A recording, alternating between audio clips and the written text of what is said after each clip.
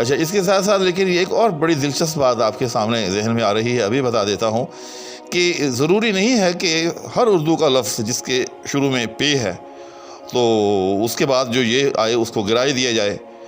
یہ صرف چلن ہے اور اس لفظ کی کنسٹرکشن کے ساتھ ایسا ہوتا ہے. اب اسی طرح سے دوسرا لفظ پیالہ. اب یاد رکھیے گا کہ اگر کوئی کہے کہ جس طرح سے پیاس میں پے کے بعد آنے والا یا گرا دیا جاتا ہے تو پیالہ جو ہے اس کا بھی یہ گرا دیا جائے گا، تو لیکن اس کا یہ یاد رکھیے گا نہیں گرایا جائے گا، اس کا یہ جو ہے وہ برقرار رکھا جائے گا. جیسے غالب کا مشہور شعر ہے، یا رب زمانہ مجھ کو مٹاتا ہے کس لیے، انسان ہوں پیالہ و ساغر نہیں ہوں میں. تو آپ نے دیکھا کہ یہ میں نے آپ کے سامنے دونوں غالب کے شعر پڑھے ہیں، تو وہاں لفظ پیاس ہے تو وہاں جو ہے اس کو پاس باندھا جا رہا ہے، یعنی یہ جو ہے وہ اس کو گرایا جا رہا ہے، اور جبکہ دوسری طرف پیالہ جو ہے اس کے اندر جو یہ ہے اس کو برقرار رکھا جا رہا ہے. تو جیسے میں نے پہلے کہا کہ کچھ حروف کا جیسا چلن اساتذہ کے ہاں پایا جائے، اساتذہ کے ہاں جس طرح سے ان کو استعمال کیا جائے، تو بعض والوں نے بھی ان الفاظ کو اسی طرح سے باندھنا اور استعمال کرنا ہوتا ہے. اب دوسرے لفظ کی بات کہ کیا، جیسے میں نے آپ کو بتایا کہ کیا اور کیا لکھنے میں دونوں بالکل ایک جیسے ہیں، لیکن ان کے معنی میں فرق ہے. لفظ کیا یہ وٹ کے معنی میں ہے، استفہامیہ ہے، جبکہ کیا جو ہے یہ انگریزی حرف ڈڈ کے معنی میں ہے، یعنی اس نے یہ کام سر انجام دے دیا، اس نے یہ کر دیا. تو یاد رکھیے گا کہ کیا جو کہ ڈڈ کے معنی میں ہے، جو کسی کام کو سر انجام دینے کے معنی میں ہے کہ اس نے یہ کیا، اس نے یہ اچھا کام کیا، اس نے یہ برا کام کیا، تو اس کو ہمیشہ سے حرفی باندھنا ہے، یعنی فعول کے وزن پر ہی باندھنا ہے. تو یہ بہت ہی دو اہم معلومات یہ چیزیں تھیں تختی کے حوالے سے. تو یہ دو اصول ہو گئے. اصول نمبر 3، جی ہاں، very very important principle of تختی اب آپ کے سامنے رکھنے جا رہا ہوں کہ نون غنہ، یاد رکھیے گا نون غنہ جو کہ الفاظ کے آخر میں آتا ہے اس کو ہمیشہ گرا دیا جاتا ہے، اس کا کوئی شمار نہیں ہوتا. مثال کے طور پر جیسے ہیں، ہوں، ہاں. اب یہ تینوں لفظ آپ کے سامنے ہیں، تو ہیں کے آخر میں آنے والا نون غنہ بھی گرا دیا جائے گا، ہوں کے آخر میں آنے والا نون غنہ بھی گرا دیا جائے گا، ہیں کے آخر میں آنے والا نون غنہ بھی گرا دیا جائے گا. اسی طرح سے میں اور میں، نہیں وغیرہ کے آخر میں آنے والا نون غنہ بھی گرا دیا جائے گا. اور اس کے ساتھ ساتھ ایک اور بڑی اہم بات بتاتا ہوں آپ کو کہ ایک نون غنہ اور بھی ہوتا ہے جو درمیانے حروف میں آ جاتا ہے. جی ہاں، تو درمیانے حروف میں آنے والا جو نون غنہ ہوتا ہے کبھی اس کو برقرار رکھا جاتا ہے اور کبھی اس کو گرایا جاتا ہے. مثال کے طور پر جیسے کھینچنا. اب کھینچنا کے اندر جو ہے یا جیسے مانگنا، تو ان دونوں کے اندر جو ہے نون غنہ جو آ رہا ہے تو یہ گرا دیا جائے گا. آپ کھینچنا کو کھینچنا پڑھ کر دیکھ لیں یا کھینچنا پڑھ کے دیکھیں تو اس کی تقدیر جو ہے اس میں نون غنہ کا کوئی عمل دخل نہیں ہے. تو ایسا نون جو کہ درمیانے حروف میں لکھا ہوا ہو اور اس کا تقدیر میں کوئی عمل دخل نہ ہو اس کو بھی نون غنہ کہتے ہیں. لیکن جیسے میں نے کہا کہ ضروری نہیں ہے کہ درمیانے حروف لکھا ہوا ہر نون جو ہے وہ نون غنہ ہی شمار ہو. اکثر و بیشتر تو بلکہ نون شمار ہوتا ہے، لیکن بسا اوقات ایسا بھی ہوتا ہے کہ وہ نون جو ہے وہ دو صورتیں رکھتا ہے. جی ہاں، جیسے میں نے ابھی آپ کو بتایا کہ کھینچنا، مانگنا وغیرہ کے اندر جو نون آ رہا ہے تو یہ تو نون غنہ کے طور پر ہی شمار ہو رہا ہے اور اس کا شمار تختے میں نہیں ہوتا.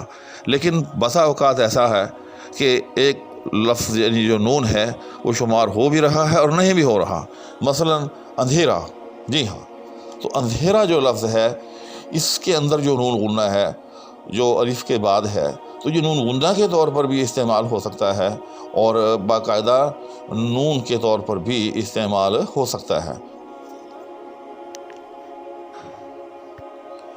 اب میں آپ کو اس فرق کو ظاہر کرنے کے لیے آپ کے سامنے اردو ادب کی دو بہت بڑی قداور شخصیات مرزا غالب اور علامہ اقبال کے اشعار سے آپ کو یہ چیز سمجھانے کی کوشش کرتا ہوں. مثلا لفظ اندھیر تو اقبال کے ہاں بھی استعمال ہوا ہے اور غالب کے ہاں بھی استعمال ہوا ہے.